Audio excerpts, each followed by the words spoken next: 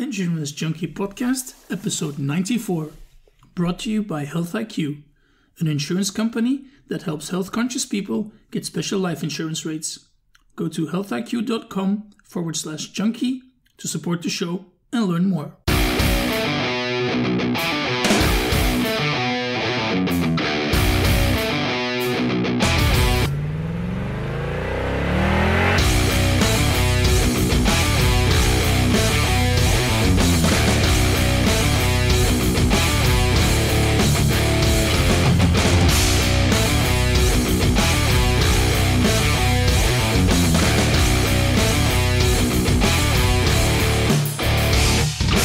Junkie, thanks for joining me on a new episode of the Endurance Junkie Podcast, the show where I will be interviewing some of the fastest, smartest, and most inspiring people active in the endurance world today.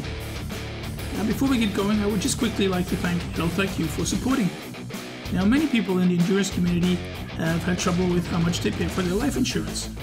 Now, despite your own health-conscious lifestyle, you might get penalized for things like family history or BMI and other stuff like that. Well, Health IQ has decided to change all that, and they will gladly offer you much sharper rates on your life insurance.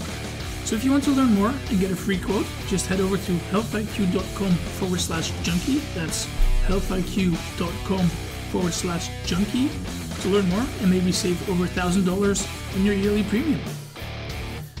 Alright, today's show we have Mikey Sklar, and Mikey is a hardware developer, an ultra runner, and a biohacker.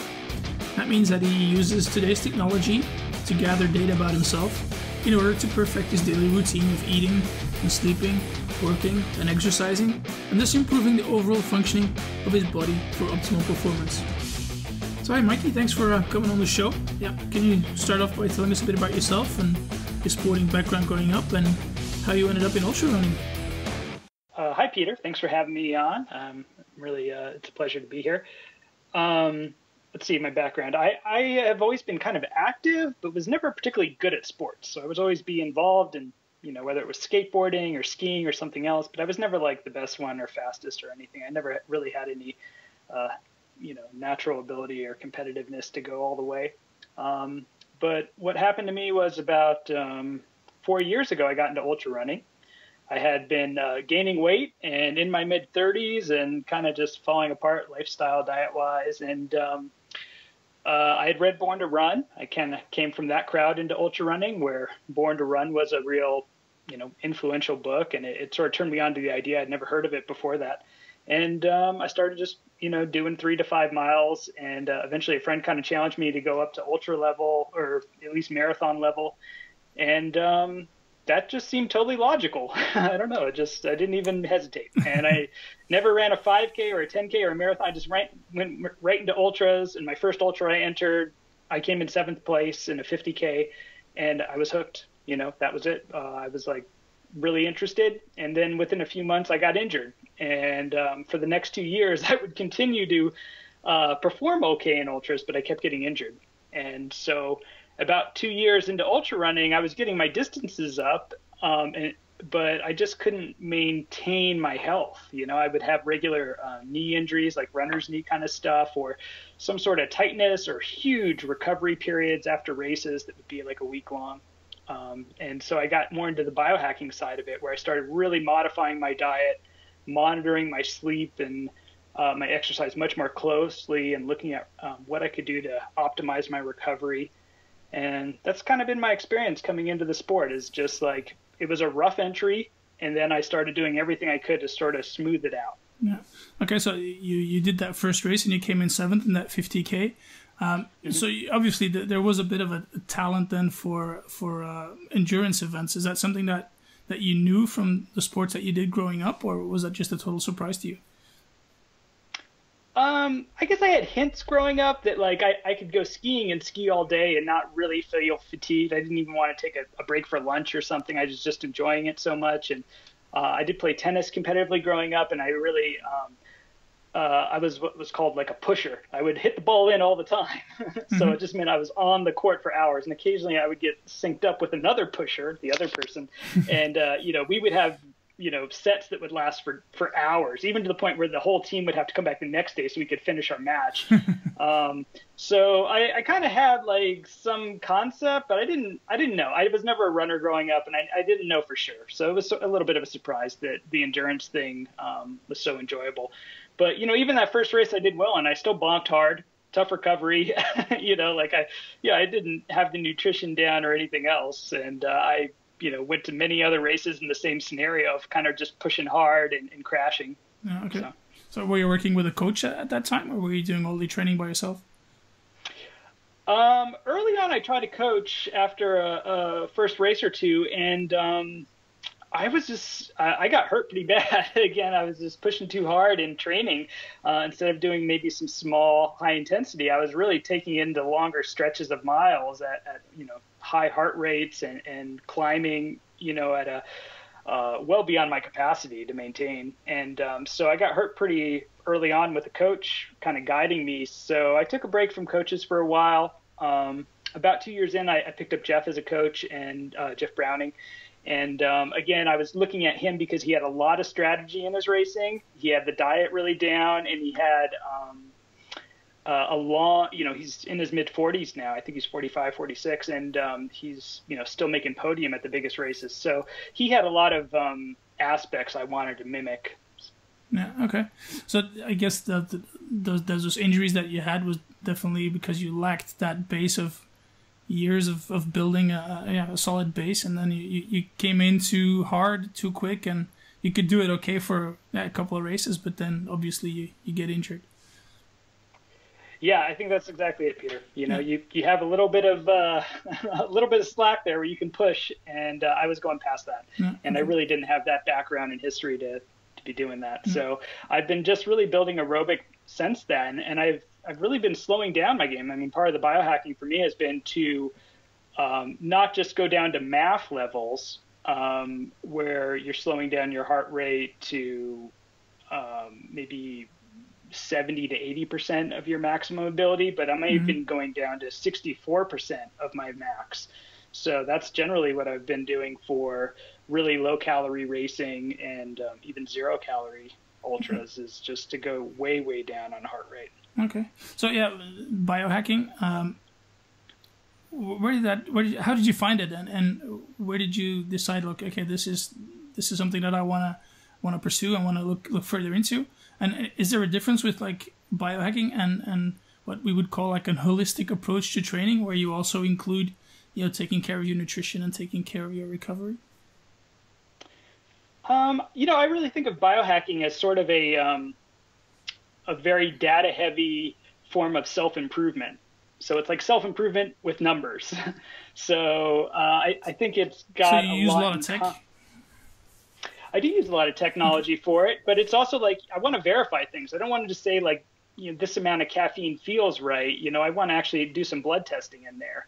Or I don't want to just say like, I think this formula will tell me my heart rate to run at that's optimal. I'd rather go to a lab and have it verified on a treadmill and let them monitor all my breaths. So I feel like the biohacking portion came in for me because I was just trying to improve my ultra running game.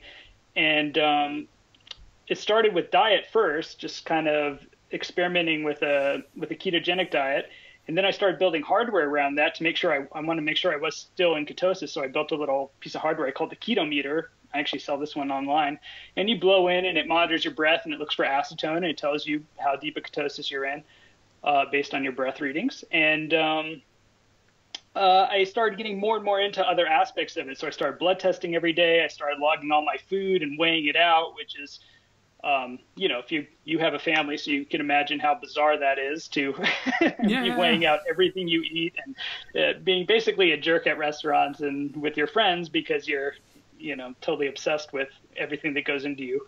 And I started actually like mailing off poop samples to different labs, like using the uBiome project. And I was just trying to look for anything that I could improve on. And I think probably one of the most beneficial things I found is the DNA testing has been really helpful in terms of food sensitivities, supplements to take and to avoid, certain genes. Like I have much like half the population has a really good fat burning ability. The PPARA gene is an indicator of how good a fat burner you are. And, I fell in that category too. So I was just getting a lot of like affirmations through some of these tests, other things to kind of stay away from, like certain prescription drugs, like antidepressants don't work on me, things like that. So I really just kept going deeper and deeper into it as I would find things that were helpful. But it really started with diet, and then it moved to exercise, and then to sleep, and just anything I could like quantify, I would look deeper into. So. Yeah, okay. Yeah, talk a bit more about that DNA test. Is that something that you can just order online, or how does that work? Yeah, so 23andMe is a pretty popular DNA test you can order online. They charge, I think they're down now to like $70. So it's wow. Like every year it seems to be dropping half in price. And they actually don't tell you much. Like they have a front end that's very user friendly, but they are not allowed to talk about much beyond some basic things. They can't really talk about diseases too much. They can't really go into supplements and other things. They've been slapped on the wrist for making certain assumptions. So there's all these third parties you can upload the data from 23andMe from. So I go to a site called Prometheus, which is free right now, and you can send your 23andMe data to them. They also take DNA data from other sites, and they link directly to a lot of clinical studies. So it is very easy to see a possible correlation that, like, for example, I don't need a lot of vitamin A. If I take a lot of vitamin A in the form of like carrots or sweet potatoes, I'll turn orange. And I've been doing it since I was a kid. And, there's a gene for that right now that's associated, and I just produce a lot of beta carotene. I really don't need it. So it's, something to know. But some of the studies aren't as strong. Some of the information conflicts. Some of it might be incorrect. So you can't like take it 100%. But there's a lot of interesting things it points to. And it really helped me kind of nail down my supplements and timing of what to take in race and what to take on a daily basis. So I find it fascinating. And I think a lot of triathletes and endurance athletes would just get a lot out of this. Yeah. Okay. No, I guess you hear it more and more. I mean, here in Belgium, there's this famous woman. She's a TV chef, and she's a TV presenter, and she wrote this cooking book now, and she sort of like dropped like 15, 20 pounds, and she also did that DNA test and figured out that she was allergic to certain types of food, and so she really altered those things in her daily nutrition, and it made a huge impact, and not only on her weight, but also on her mental state, that she was able to focus a lot more and a lot longer. So it really has an incredible impact on your entire life. Yeah, it has been amazing, and I had the exact same experience. Like, there are so many allergies. I didn't realize, or not allergies, I should say food sensitivities, because it's not like my throat would close up, but they would cause inflammation and other stuff. And there were things I was eating on a daily basis, like peanuts. I didn't realize I was celiac. There's quite a bit that it'll tell you in there that can be really helpful. And I think that's the first place to start with biohacking today, is just start with DNA and learn some things. We're all so different too. I'm really, after I did mine, I immediately called my parents and sister and like, you got to do this. We got to, I got some issues and you might have them too. Thanks for those, Mom and Dad. Okay. So yeah, that's the DNA testing. How about training? You talk about you went down to 64, doing a lot of training at 64% of your maximum, or VO2 max. Where does that come from, and how does that help? Well, 64% is a really interesting number. It kept coming up. The Finnick and Voley Faster study, when they were testing the high carb and low carb, 10 in each group of the athletes against each other. This is an ultra runner study, and they were consistently using the 64% number for their testing. And apparently that is right in the zone of maximum lipid oxidation. So your maximum fat burn happens at that 64% level, according to that paper, right? And then so I took their number, and I also looked at something called, there's a book right now called Slow Jogging, written by a Japanese author. I forget his name. And he uses a term called Niko pace. And his formula for Niko pace is 138 minus half your age, and that's the heart rate you're supposed to run at.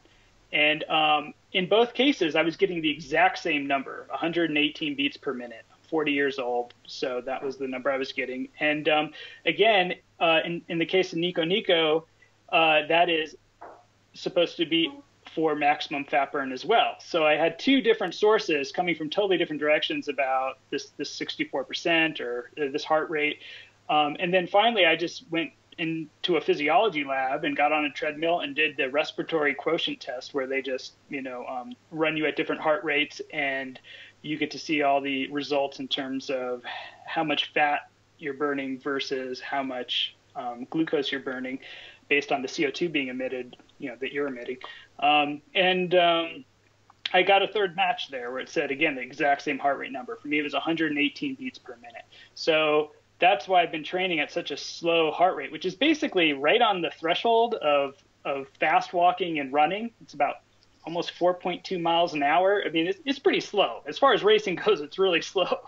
But that's where the peak fat oxidation is. And as I climb out of that, as you get a little higher in heart rate, your fat burn starts to drop. So for me, I can burn about 90% fat if I'm holding just over 4 miles an hour. But as I move up to 5 or 6 or 7 miles an hour, it quickly drops off to the point where I'm only burning, 50% fat. Yeah. So it's a great indicator of how much fuel you need in a race, right? It's a great indicator of how much glucose you should be taking on to make up the difference. And it's really just helpful for planning different events, like how many calories do I really need to take in right now, and how much has to be sugars to keep me going at this pace. So.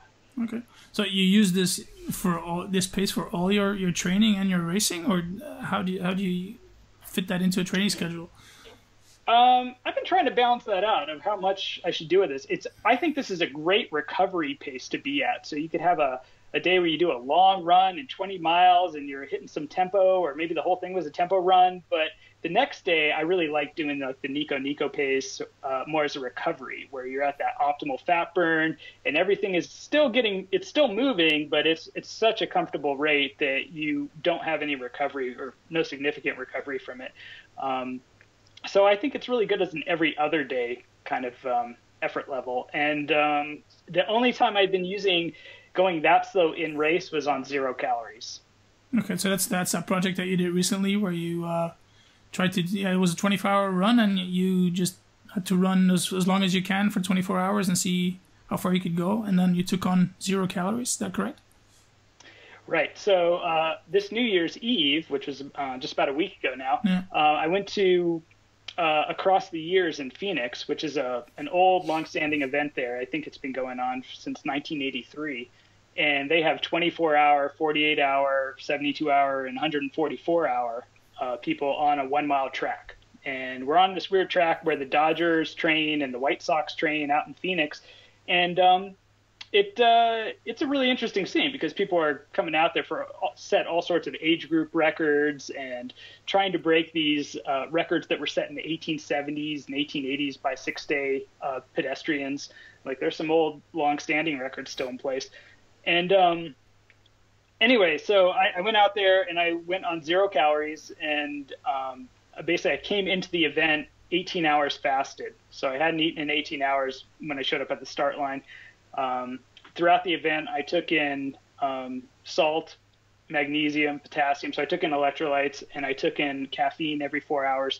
And that was it, pretty much that and water, and no actual calories. So I did that for 24 hours, and I got up to about 76 miles, so just under 3 marathons. I was hoping that I could do a little more, but I stopped and I slept for 2.5 hours, like in little segments. That was cumulative.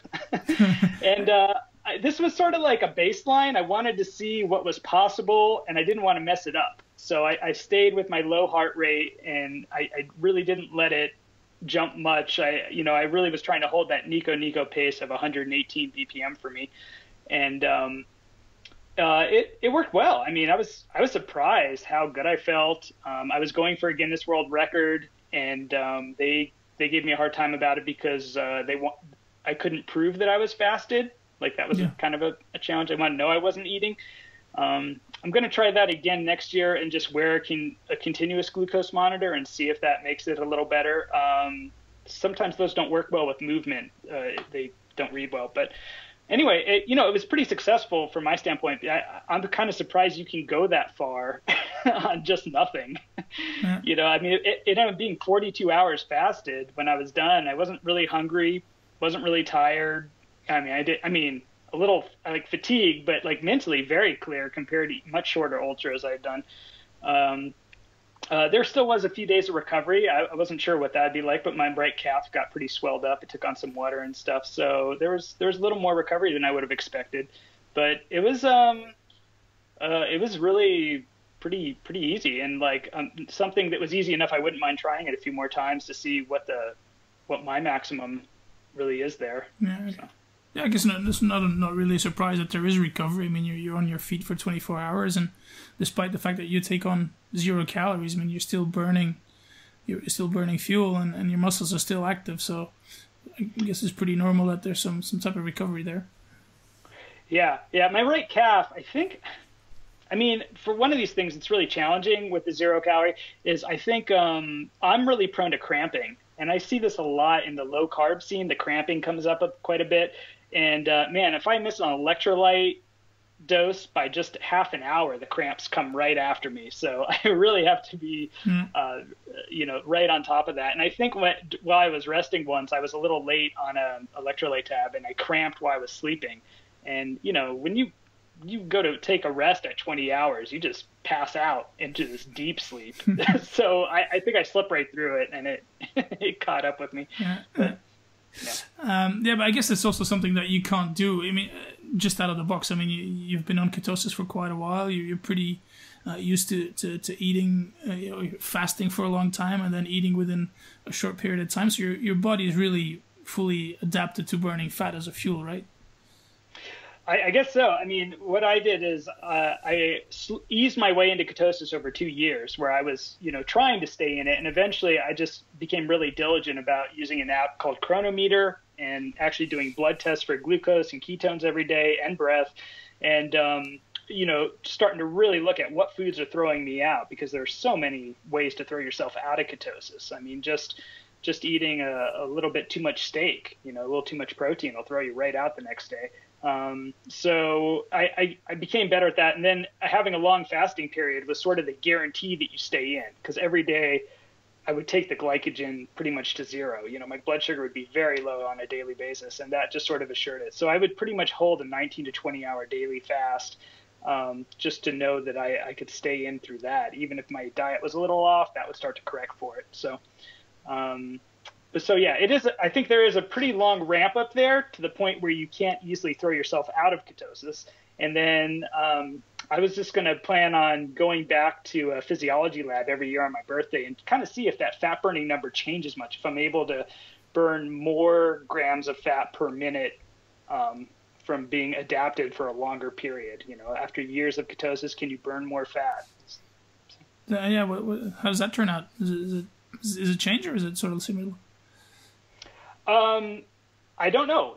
I don't know yet. A lot of this has just raised more and more questions for me. But one of them is I don't know if I can burn more fat right now, because I don't have years of physiology lab visits to go on. So one thing that's really nice is most universities do have a physiology lab. You can visit them, and for $50 to $200, they'll do the respiratory quotient test for you, or they'll do full body displacement, body fat testing for you, and other things. So it's great that they're available, but I was just going to try to limit it to an annual visit and see how I do each year on my birthday, like what's changing. And can I utilize more fat than I could the previous year? Mm. So, I'll know in a few months. Okay, cool stuff. Do you have any advice for the listeners if they want to start, biohacking? What are the steps that they have to take, and what they can do? Sure. Yeah. Well, the first thing is I think everyone should just start with maybe some sleep tracking would be a great place to start, because who's going to perform well if you're not sleeping well? And I've been amazed at the variance in people in terms of sleep quality. I mean, if your health is a little off, or if you're obese, or if you've got, some chronic allergy stuff that keeps coming up, your sleep can be terrible. I was a terrible sleeper before I got into the biohacking side of this.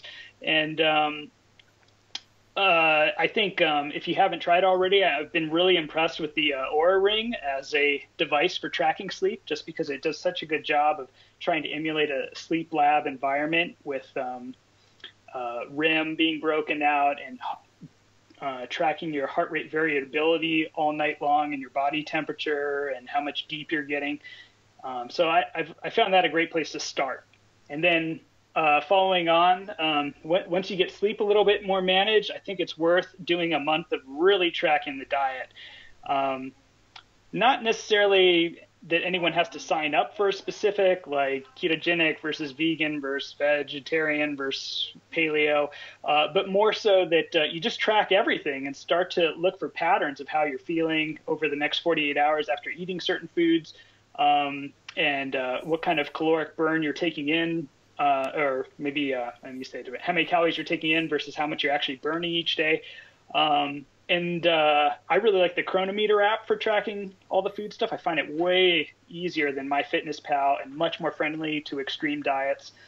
And I would also say start layering the data with blood tests. I mean, just monitoring your glucose on a daily basis, even if you're not on a very low carb diet, can be a really interesting thing. I mean, I kind of look at the world now like everyone's diabetic, and that's not true. But we have it's a really rampant disease now in our world, and I feel like it's worth tracking that to make sure that you're not accidentally falling in that category. I definitely have a lot of DNA markers that put me there. My dad is probably near the end of his lifetime now, has really shortened his life due to diabetes. So I think some daily blood checking along with really chronicling the diet for a month can be a fascinating bit of insight for yourself. Other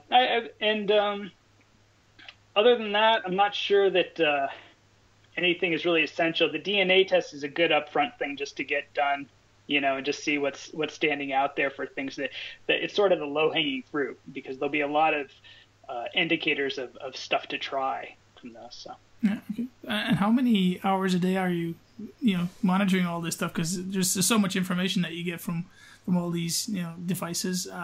You need to find the time to really work with it, no?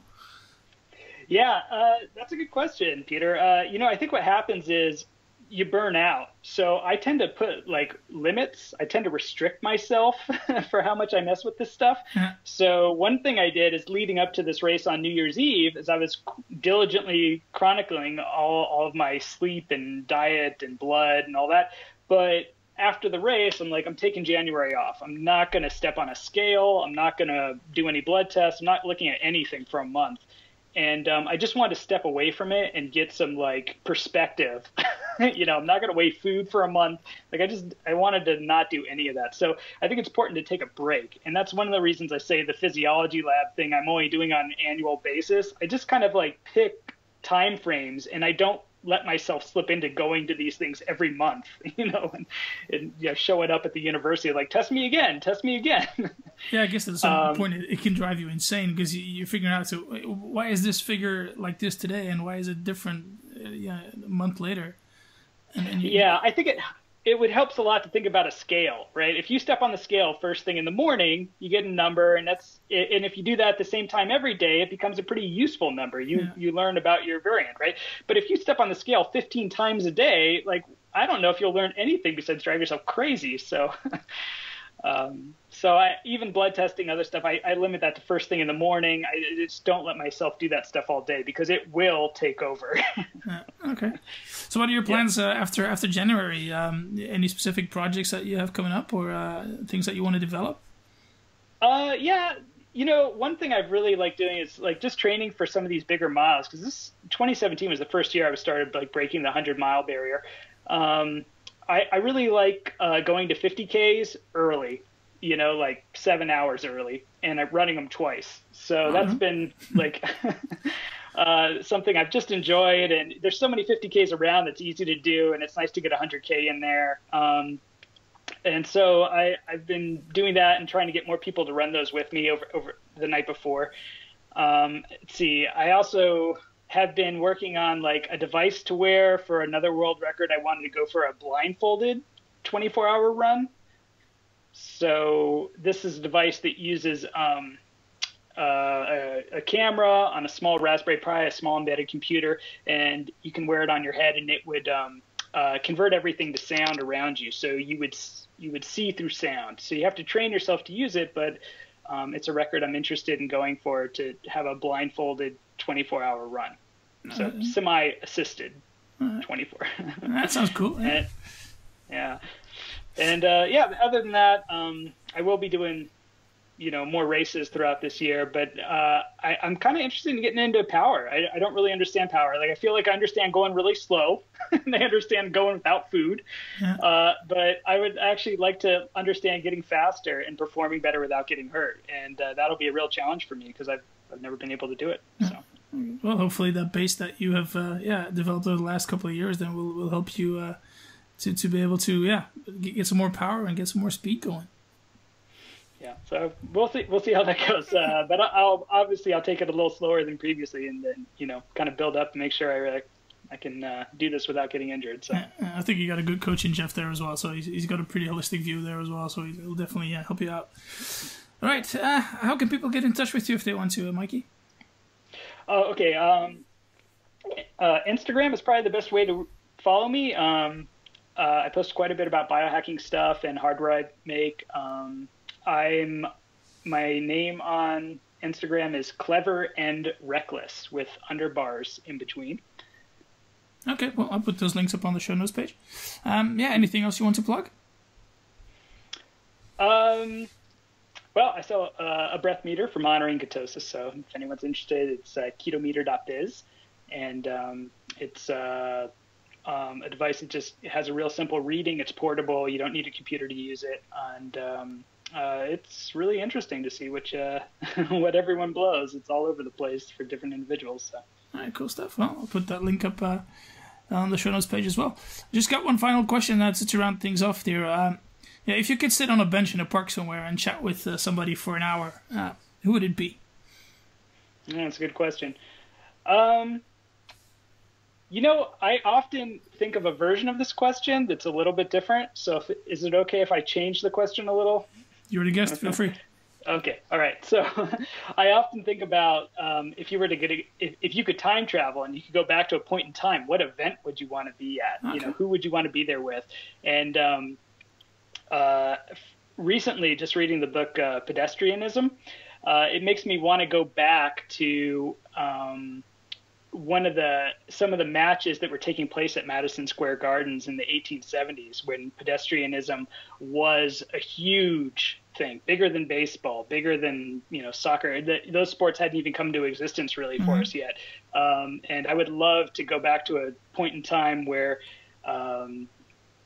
Weston was, who was one of the top walkers at that time, was competing in Madison Square Gardens and doing over 500 miles on these indoor tracks and over 6-day events. I would love to have that experience of going back to that period where the world was just totally nuts, and people would stand outside telegraph centers just to hear the latest scores as they were not scores but lap counts as people were doing their rounds over 6 days. So I feel like that's kind of the event I would like to go to if I could go anywhere. Okay, well, I'm thinking that like watching an Ironman on NBC is boring. Going for 5 or 6 days, must be crazy. Yeah, I imagine it gets a little more exciting at the end. The 6th day is probably a little more fun. I guess so. All right, thanks so much for your time, Mikey. Much appreciated. All right, thank you, Peter. All right, Junkies, thanks for listening to this episode with Mikey Sklar. Yeah, there's a lot of resources here, so do check out the show notes page, and you will find all the necessary links there. Now, if you like these little interviews and don't want to miss any future episodes, just head over to iTunes or Stitcher and simply subscribe to the show. And we're also available on Spotify, so if that's your preferred medium, just search for Endurance Junkie Podcast in the search bar, and you will find me no problem. Alright, thanks again for listening, and I hope you'll join me next time. Cheers.